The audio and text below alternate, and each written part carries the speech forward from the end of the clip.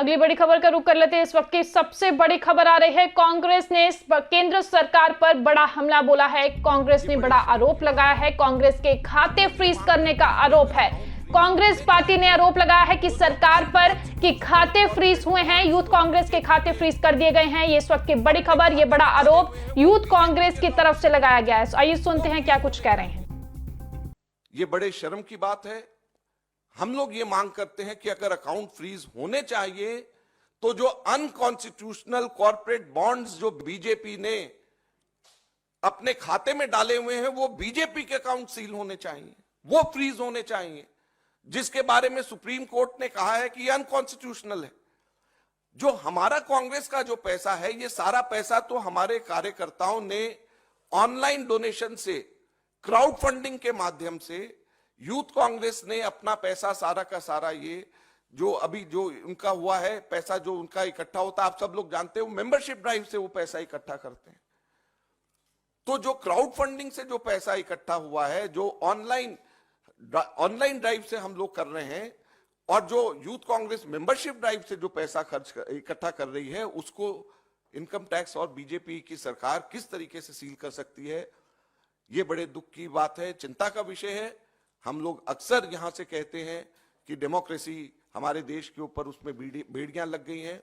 बहुत साफ ये नजर आ रहा है कि अब हमारे देश के अंदर लोकतंत्र नहीं रहा।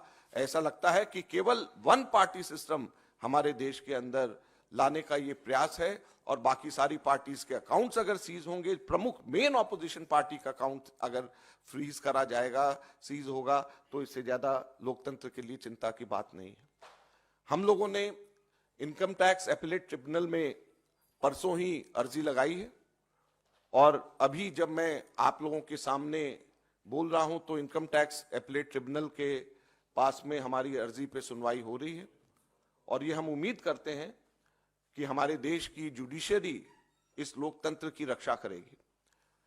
हमारा पूरा भरोसा हमारे देश की जुडिशरी पे है, और हम उम्मीद करेंगे कि हमारे देश की जुडिशरी लोकतंत्र के ऊपर जो ये हमला हुआ है और लोकतंत्र को बेड़ियों में बांधने की जो कोशिश हो रही है, इससे इन बेड़ियों को खोलेगी और लोकतंत्र को हमारे देश में वापस बहाल करेगी। अब हमारे को जुडिशरी के ऊपर ही भरोसा है।